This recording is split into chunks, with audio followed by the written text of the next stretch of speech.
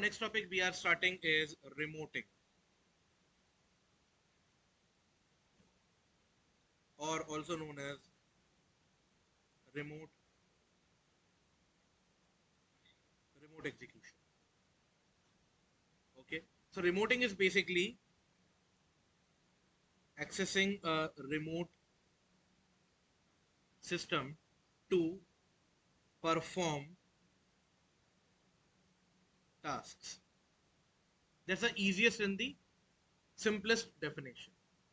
Okay, you have two systems available, two or more systems available, and you have to basically access them to perform some sort of job on top of it. Okay, now when you talk about remoting, basically remoting can be done in two ways.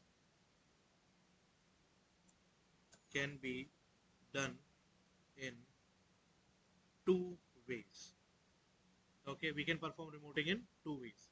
Number one, it is basically called non-persistent remoting. Okay, basically it's called, first one is called non-persistent remoting. Okay, I'll elaborate all those things, just hold on. And the second one is basically called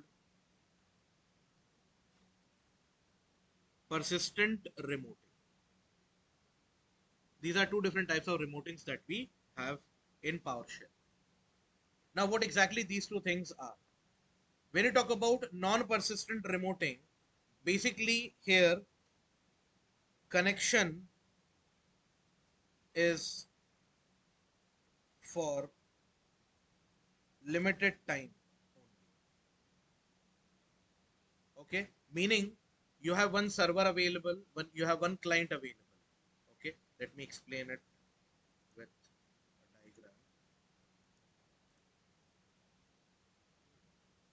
Let's say I have one domain machine, one client machine.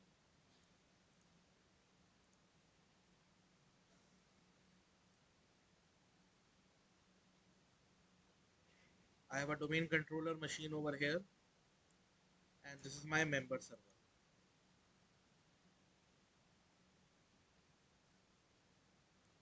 Now what will happen is when you talk about non-persistent remoting, basically you connect to this particular machine from DC to member, you connect to it. Then whatever task is being assigned, you perform that task. And once this is done, once the task is ended, the connection that was created will be now removed automatically. Clear to everyone? This is only happening for one computer. But non-persistent remoting basically works on one to many concept. One to many. Okay. So here you will have one domain controller which will be basically having all the code in it, and that will be now replicated on multiple systems. The number is also fixed. How many systems can be connected all together? The answer is 64. A maximum of 64 PCs, 64 systems can be connected in one single go. Okay, it will connect to all of them one by one. It will execute the task and then it will destroy the connection between them. That is basically called non-persistent remoting. Okay, so here it is basically one to many connection. Okay, up to 64 systems can be connected. Up to 64 systems can be connected at a time. So that is non-persistent remoting. Now next is persistent remoting. Okay, so basically this persistent remoting is one to one connection. One to one connection. Okay, simplest example, you will have one DC machine and you will have one client machine. Here you will create a tunnel, a secure tunnel, and this tunnel stays on until and unless you decide to destroy it. Okay, let's say right now I am working on some script. This needs to be executed over here. So I will enter into the script, into the tunnel. I'll connect to it. I'll run this entire. And let's say now I need to take a break. Connection will be still open. I can go for a break, come back, and then again I can resume. Once my job is done, then I can simply go ahead and I can destroy this connection manually. Got it? That is persistent remoting, where you are connecting to one machine at a time. I need to connect to his machine to basically perform some job. That job could be anything: creating file, creating directory, creating, installing, let's say, role, installing feature, okay, installing software. It could be anything, any purpose, any job can be there, but it will be one to one only. I'll connect to one machine at a time, and then I will perform the job. Okay. Here we have a series of commands available. Here we have bunch of commands available under persistent remoting. To do that, get hyphen command noun ps session. These many commands are there. You can see these many commands are there under persistent remoting. So I'll take this and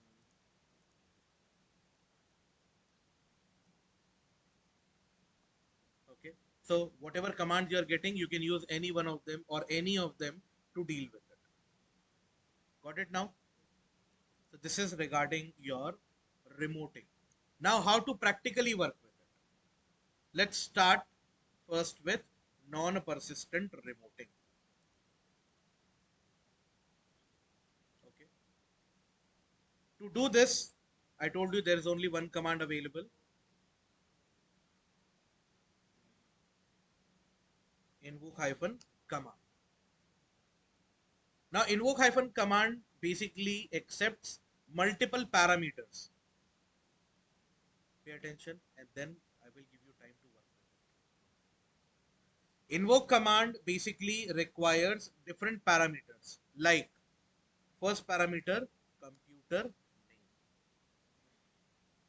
To which computer you want to connect. Since I have only two PCs available, I can just pass the name DC comma member. Member one actually. That's the exact name. But if I have multiple names available, again, same old approach. Yes. Take the names inside the file and just pass the file name over here. That will do the job. Okay. That's parameter number one. Parameter number two. This is optional. Let's say I have logged in with, I don't know which user is logged in. Who am I? Okay. You can see I have logged in with the user administrator. So now whatever I am gonna do, that will be done with the help of admin user only.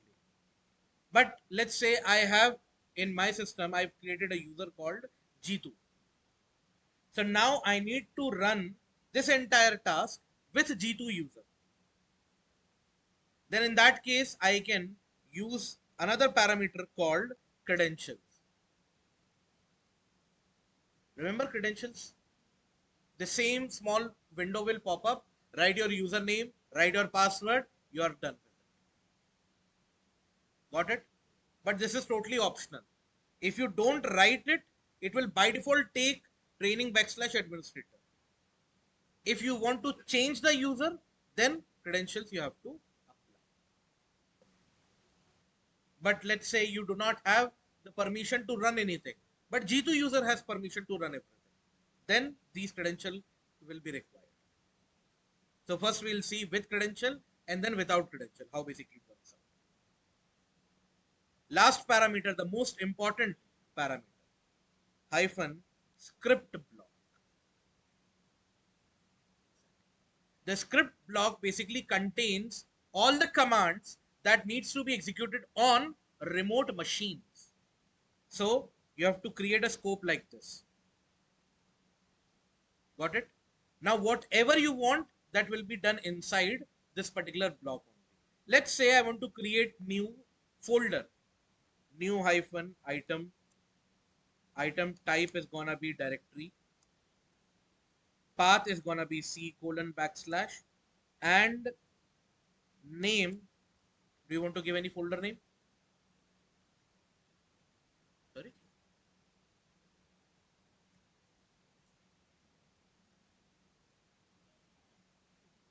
Sorry. THIKSHE. And I'll make it forcefully. So this folder will be created on both machines, DC and member. Only folder is getting created. Now let's create a file inside it. Okay. So new hyphen item. Item type is gonna be file this time. Path is gonna be C colon backslash. Now you have to write that name Pratiksha manually because that folder does not exist as of now. So I'll copy this. Don't want to do any typos again. And hyphen name. What is the file name you want? File1 dot txt. Forcefully I want to do that. So first folder will be created, then file will be created. Now let's write something inside the file. To get the data from a file, we have worked on a command called get content. Get command get content. To set the data, set hyphen content. What happened? What happened? Something funny?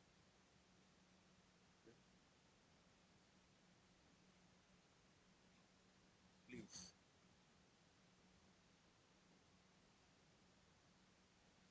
Hyphen path. Okay. Hyphen path is gonna be C colon backslash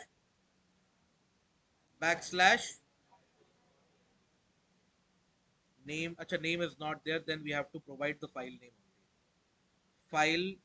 File1.txt. Since it is a path, so I will put everything inside double quote. That's my basic habit.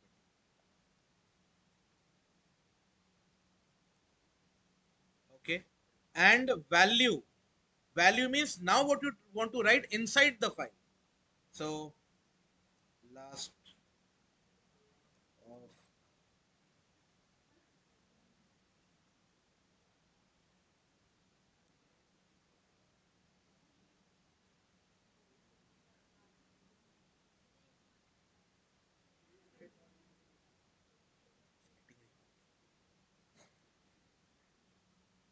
okay, so these are the three commands. By the way, it is not only regarding the files. I can install rules, I can install features, I can install softwares, I can uninstall the things. Anything that you want to perform on a remote machine can be done with this particular part. Clear to everyone till here? Now, you need to just select this entire information and run it accordingly. Done. If no error, that means it worked out. Now see here, it says DC. Okay, again it says DC, and for member it is doing done. For member one also it is done. There is no error you can see. Everything is in white text over here. That means everything worked out. Let's try to validate. So I'll go to DC machine first. This PC C drive. Can you see that?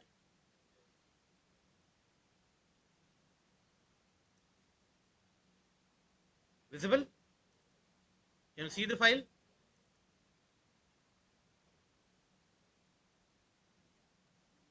Okay. That's how basically it works out on same machine. Local machine it is fine. But main thing is it should be available on member server. So now I will log in over here. This PC.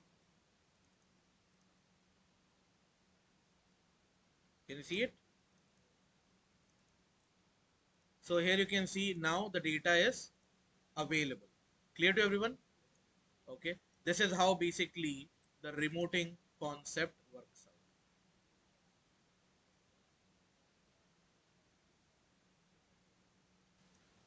So now the next part is persistent remoting. Okay. Now the next part over here is the persistent remoting, or also known as one-to-one remoting. So for this one-to-one remoting, we have a set of commands available which you have to use properly. Then only you'll be able to get what exactly you want. So the very first thing is, are we listening? The very first thing is you need to first create the secure tunnel from your DC to your member.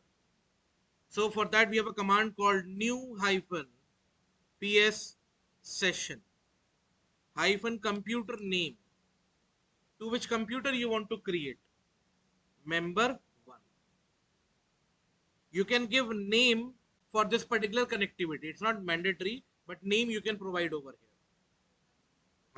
Tunnel name or connection name to be more technical. So here I can give, let's say, mem1. Any name you can give, not a problem. Before I run this, I'll go with get hyphen ps session command just to check how many sessions are currently available. When I run this line, you can see there's no output. But when I run this new PS session, you can check now something is available over here. What it says, ID, a unique ID has been given. Name of the channel is been given, to which computer, it's a remote machine, state is open. Means the channel is now available. Okay. Configuration name, it is via PowerShell, and availability, it is available. Means the channel is now created. Now what I need to do is, I need to enter this PS session. I need to jump inside that channel so that I can connect with it. Hyphen computer name, again it is member 1.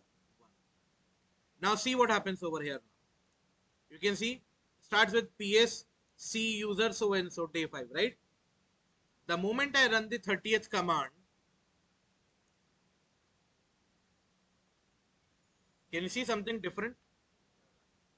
This member 1 represents that now you are inside the member computer. Now you are inside the member system. Got it now? So even though if the member server, see here, still the console is with the user only. He will never get to know what happened in his machine. Okay, but the backdoor entry has been done. Now I can perform anything and everything that I want from this particular system. Let's say I want to create a folder, new hyphen item type, let's say a file. Okay, I will create this in path, that is C:// name of the file will be remote file.txt. Forcefully I need to do it. Clear? When I run this line, it's done. Now if I go to member machine and check C drive, can you see that? Right now it is an empty file. I can basically go for DC machine. Now see how easily I'm going. I'm taking time to basically do the job, but still you can check connection is available. Got it now? That is the meaning of persistent remoting. The connection is staying over there. It's not getting disconnected. Next could be set hyphen content hyphen path C:// and then the file name. I can give the entire file name over here. Hyphen value. Okay, I can say let's say something like this, and hyphen force. So what this will do, it is gonna basically enter the data into that file exactly. No error. That means it might have worked out. Let's go and double click. There you go. Okay. And finally, once my job is done, now opposite of enter, exit PS session. No need to give ID because it is one session only. Check this out. Here it is member 1. The moment I exit from here, it's back to normal. But if I again check the get PS session, you can see still it is open. So now what I need to do? Disconnect. So for enter, new means creating, and here remove hyphen PS session hyphen name you can provide, and name is mem1. Now when I run it, destroyed. If I rerun the same get PS session again, nothing to see. That's how basic